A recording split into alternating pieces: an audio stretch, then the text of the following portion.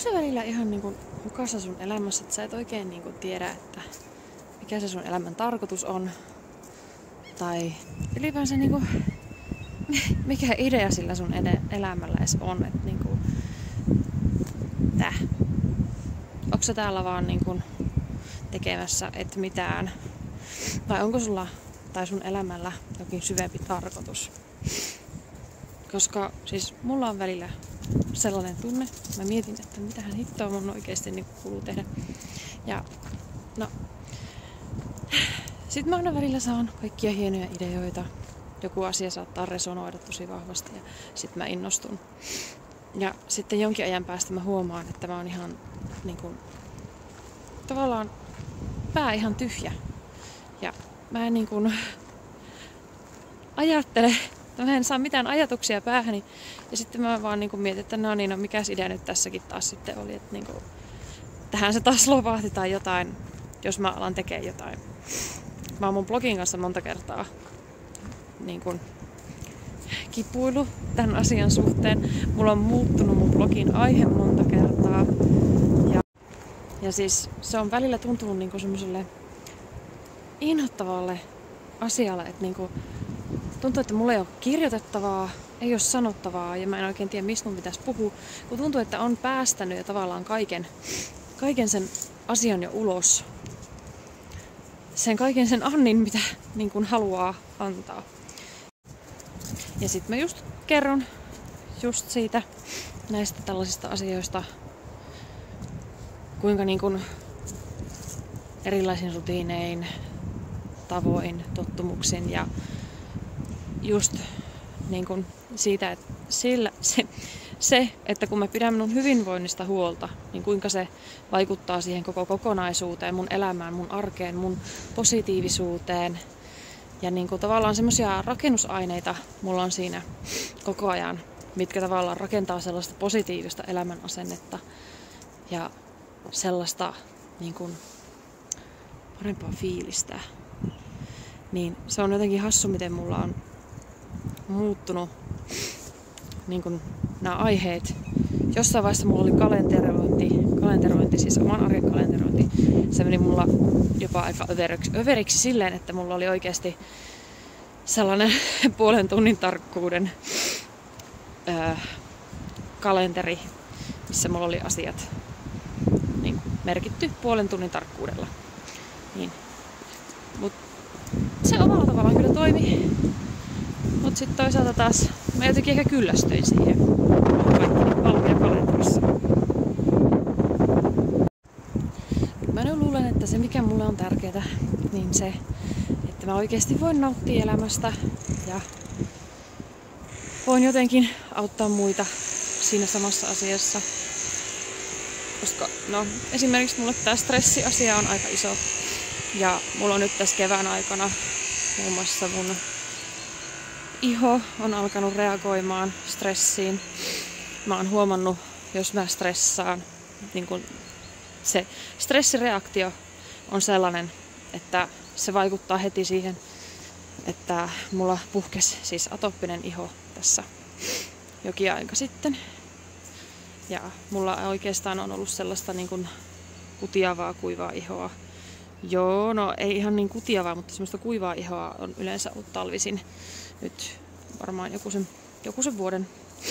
Niin nyt sitten ensimmäistä kertaa mulla puhkesi atooppinen ihottuma tuossa pari kuukautta sitten. Ja sen mä oon yhdistänyt stressiin.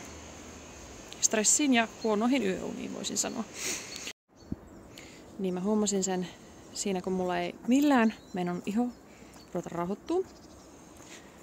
Ja mä käytin vaikka mitä rasvoja. Ja siis ihan tilasin jonkun tosi kalliinkin sellaisen voiteen, jonka olisi pitänyt auttaa. Ja siellä se oli ihan luontainen ja kaikkea mahdollista. Ja sanotaanko, että olin aika helvetin pettynyt, kun käytin melkein 30 € rahaa sellaiseen voiteeseen, joka ei sit lopulta auttanut mitään. Ja niin on tietysti postitukset. Ja sitten mä otin siihen vielä teepuusaippuankin kaveriksi. Niin vähän sellainen, että niin. Olen pettynyt. Mutta näille jutuille ei voi mitään. Mutta nyt mä oon huomannut, mistä tää mun ihon oireilu johtuu, niin mä voin iloisin mielin jatkaa elämää. Ja en ole mennyt lääkäriin.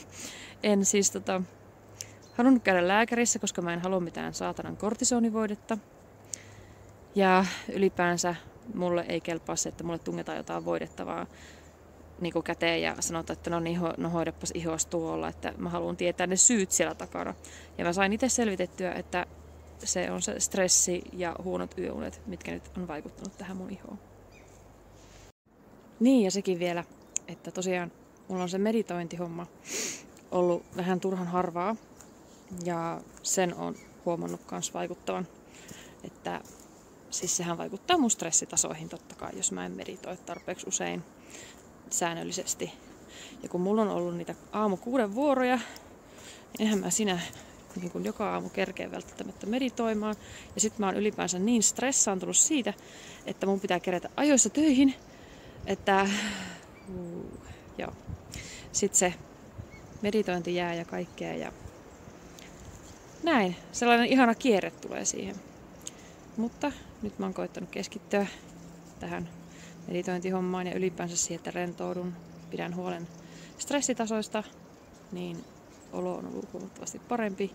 Ihokaan ei enää ole sellainen kauhea atooppinen, miksi sitä sanoisi, siis ihan kauhea semmoinen punottava ja siinä oli niinku sellaista sammaloitumista tai miksi sitä voisi sanoa.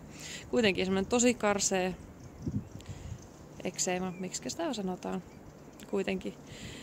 Niin nyt on ihana, kun se on alkanut helpottaa, kun on saanut levätä vähän töistä ja stressitasot on ruvennut laskemaan.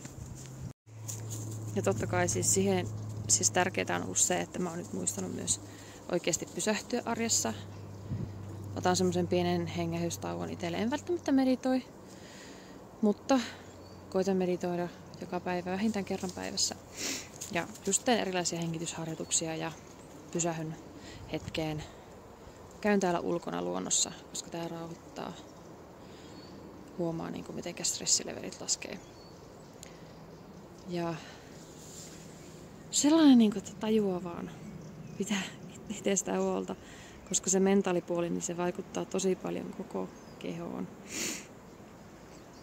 Et jos jossain on jotain, jos päässä on jotain vialla, niin se vaikuttaa kyllä terveyteen ihan kokonaisvaltaisesti. Mutta kiitos kun jaksoit kuunnella tämän ja toivottavasti tästä oli jotain apua sullekin. Jos sulla on jotain stressioireita tai jotain muuta vastaavaa, niin